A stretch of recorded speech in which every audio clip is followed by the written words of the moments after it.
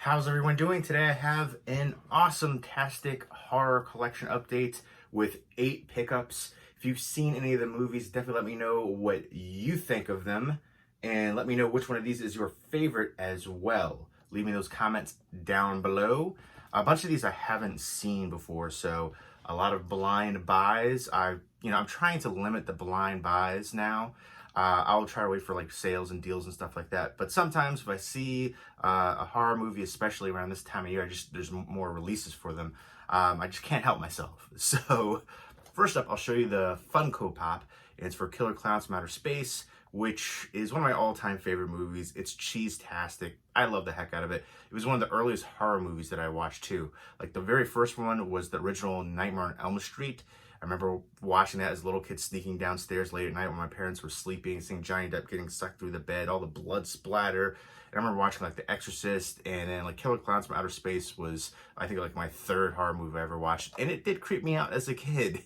Now watching it, the humor is the main thing I get from it. It's just super cheesy fun, and I love the heck out of it.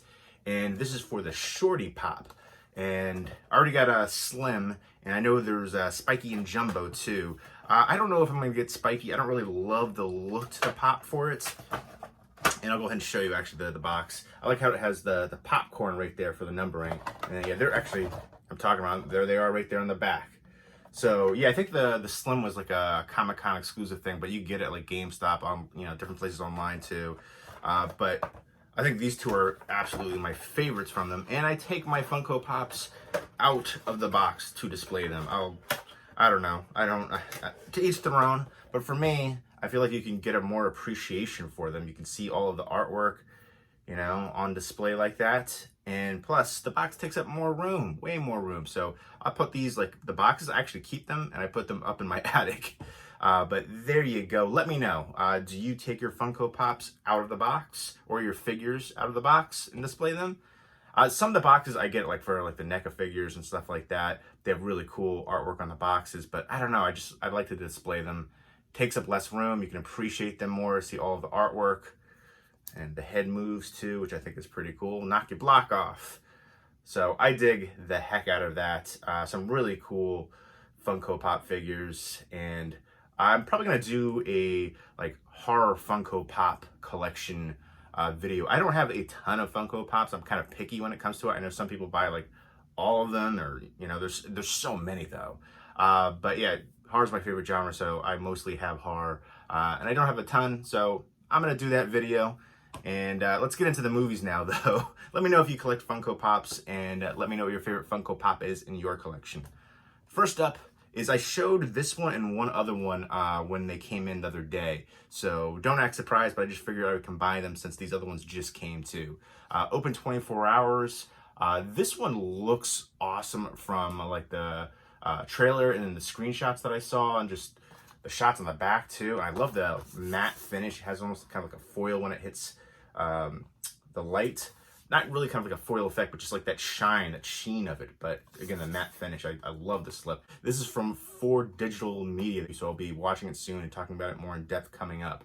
And I know this has Brendan Fletcher, who is in Uwe Boll's Rampage, which is my favorite movie from him. But Brendan Fletcher was really great in that movie, intense film. And this looks like it's going to be very intense too. It's about this woman who gets out of like a mental institution. Her boyfriend was the serial killer known as the Rain Ripper. There he is right there on the back and on the front. And he would like kill girls in front of her and force her to watch. And so she, I think apparently set him on fire, and he's in jail now, and she just got out of the mental institution, and she gets a job here at this 24-hour like gas station convenience store place. People are dying around her, and you're not sure if it's like real. She's getting these hallucinations and stuff too. So it's going to play up the psychological elements big time.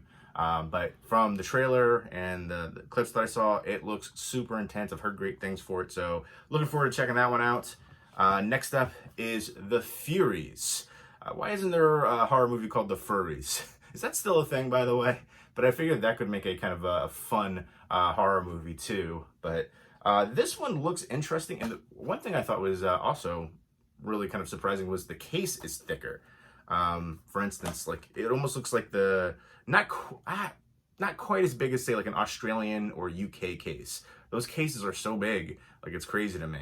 But compared to, you know, like the regular Blu-ray cases that we get over here in the US, like you can see the difference. And there's only one disc in here, so this is actually odd too. I noticed this, I was like, oh, that's glossy. And it's like a burn on demand one, which is kind of weird. Because I've seen a bunch of these other, it's a Shudder exclusive, and I have some other Shudder exclusive in this pile actually, and I looked, and they aren't like that. So I got this directly off of Amazon, not through a merchant seller, but directly through Amazon. So for whatever reason, this one was like a burn-on-demand one. But this looks awesome and creepy. This girl wakes up in a coffin in the middle of the woods, and these guys with crazy, creepy masks are, you know, trying to kill her essentially. And then I guess she teams up with some other girls who are also in the woods, and they have to kind of like fight to survive. So a really weird like slasher kind of film. Yeah, it seems so bizarre, but it looks creepy as heck. And Shudder has some really great movies. Shudder's like a streaming horror service, and I'm going to be checking that out more because all the stuff that I've seen from them I've really enjoyed. The exclusives, I'm happy that they're releasing on Blu-ray. Like, you know, Netflix and Hulu, they have a lot of their originals, and most of them don't have Blu-ray releases. So I'm super thankful that Shudder's releasing their Blu-rays, and I think they're all through RLJ Entertainment, all the ones that I've seen. So I'm digging the heck out of this one. I'm not sure if this is, I want to say this might be like an Australian film. I'll have to double check on that.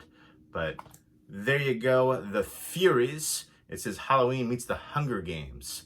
So I feel like that's kind of an interesting blurb right there. I'm intrigued by that. The masks are from the killers, look just so creepy, and I'm excited for that one too. Next up is The Taking of Deborah Logan, which I've seen. I showed this a couple days ago too when it first came in, but I figured I'd combine it here while these other ones came in to make it a proper update. But yeah, this one is one of the creepiest horror movies I've ever seen. I always say, like, you know, alien abduction movies, kind of ones that scare me the most for horror, and then like evil killer kids and like dolls and mannequins and stuff like that. But now I've also found that old people scare me, they freak me out, like the movie The Visit.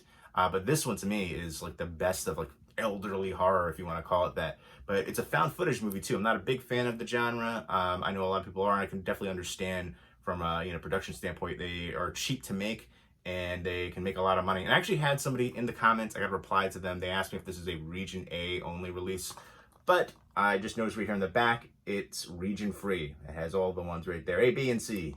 So there you go, and I'll try to remember to respond back to that comment too.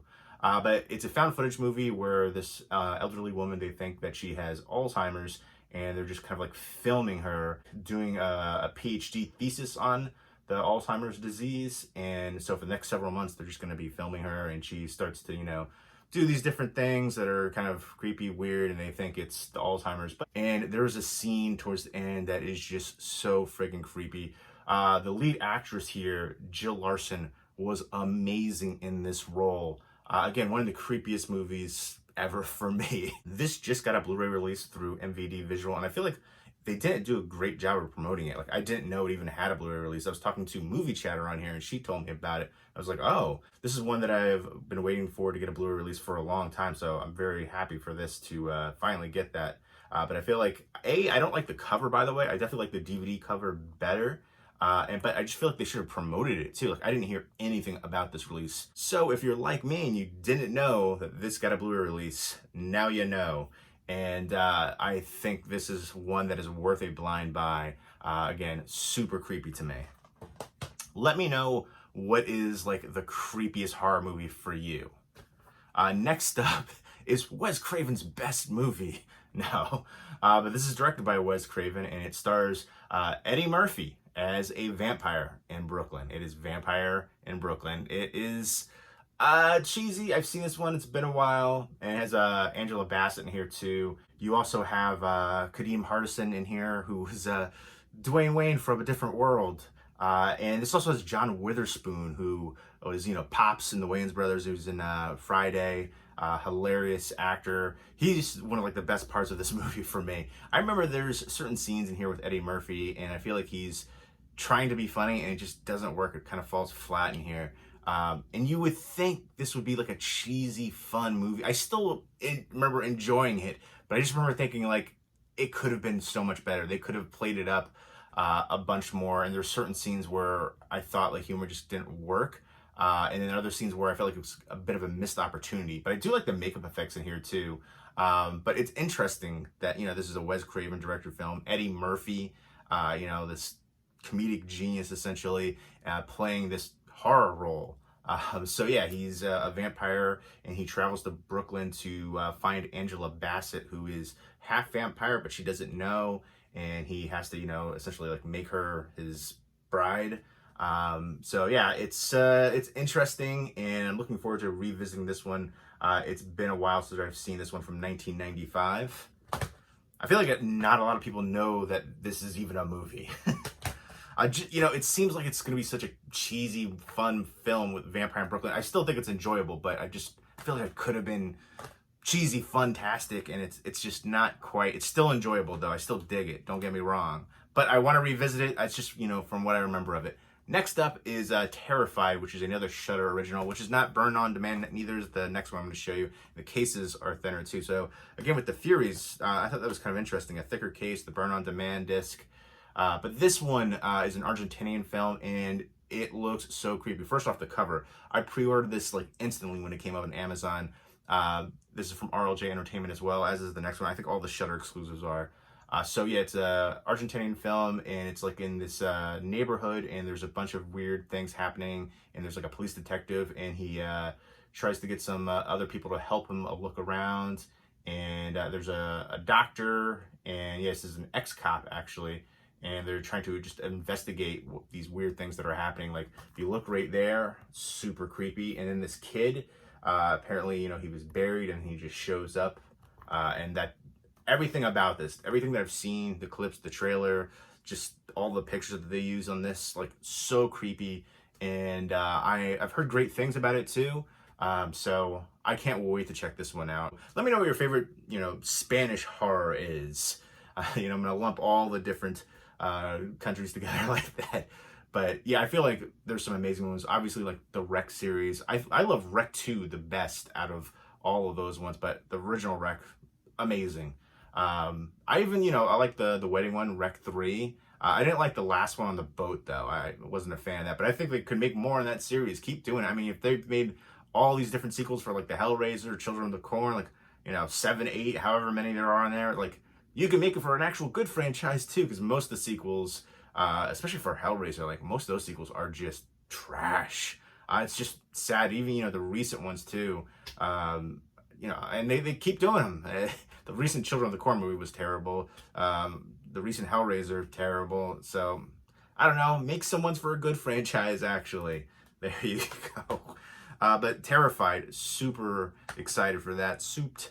Next up is Curse Films, which is another Shudder original, and it's a series. It just talks about, films that are supposedly cursed, things that have happened, the production and stuff like that. Obviously, they talk about a lot of ones that are really well known: Poltergeist, Omen, Exorcist, The Crow, Twilight Zone, the movie. I feel like most fans in the horror community have heard about all the different things going on with these movies. And even if you're not a big fan, like, The Crow, I feel like most people know what happened on the Twilight Zone, Poltergeist. Like, I'm hoping there's going to be a little bit more knowledge and more depth than what we already know, and just kind of rehashing that and kind of capitalizing on stuff that we've already heard and everybody kind of already knows. So I'm hoping they go a little bit more in depth. Obviously, they have people involved with the film. There's Linda Blair right there, and they're going to have different directors involved. So I think that's cool. At least maybe they can talk about their experiences.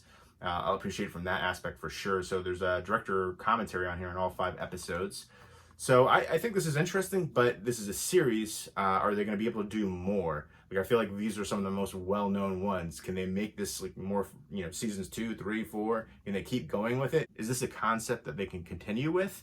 I feel like you can't just have one season of it. You got to keep going. I feel like there's other movies that have to have, terrible things that happen and tragedies. And, you could say they're cursed. I don't believe in that. I just think it's terrible things happened on these things. And, terrible things happen every day. Sometimes, it's just really bad luck that it happens multiple times on one production. I assume there's got to be other terrible things that have happened with movie productions, but probably not to the extent of these ones. So Cursed Films, let me know what you think of all the stuff going on with these. Do you believe in the curses? Or do you think it's just coincidence and crazy things happen? And yeah, some of the things I remember hearing were, it's, you know, sad, shocking, terrible things. So, but I'm looking forward to checking this out. I think this is pretty interesting. And I do want to see like the Creep Show TV series. I haven't picked that up. I'll probably try to get that soon. It just like popped into my mind. That's something I've wanted to check out. Next up is the Lone DVD. It's 3 Extremes. And I got this off of a Facebook seller. In fact, we did kind of like a sale trade. I was selling something and they were, you know, interested. They said, you know, I got this list of movies and this was really the only one that I wanted that they had. And so he sent me this one and like a few bucks cash and via PayPal. So I sent him the movie. And then, so this is one that I wanted to see for a while and I haven't seen. It's a horror anthology and you've got it from 3 different directors. I like the Asian horror anthology aspect here. You've got Japanese with Takashi Miike, and then you've got Hong Kong's Fruit Chan, and then Korea's Park Chan-wook. Dumplings I've heard of. The other ones I haven't heard of, Cut and Box. So Ebert and Robert gave this 2 thumbs up. So I'm actually really surprised by that too. But definitely looking forward to checking this one out. Dumplings is on its own separate disc. And it's longer as well, I believe. So there you go. Let me know what your favorite horror anthology is outside of Creepshow 1 and 2. I feel like that's, you know, the requisite that everybody picks for that. But those are the pickups. 8 total, including the Funko Pop right there. Let me know what your favorite vampire movie is and your favorite cheesy horror movie too. So yeah, let me know all of those things and leave me some comments down below. And I hope everybody's doing well. Take care.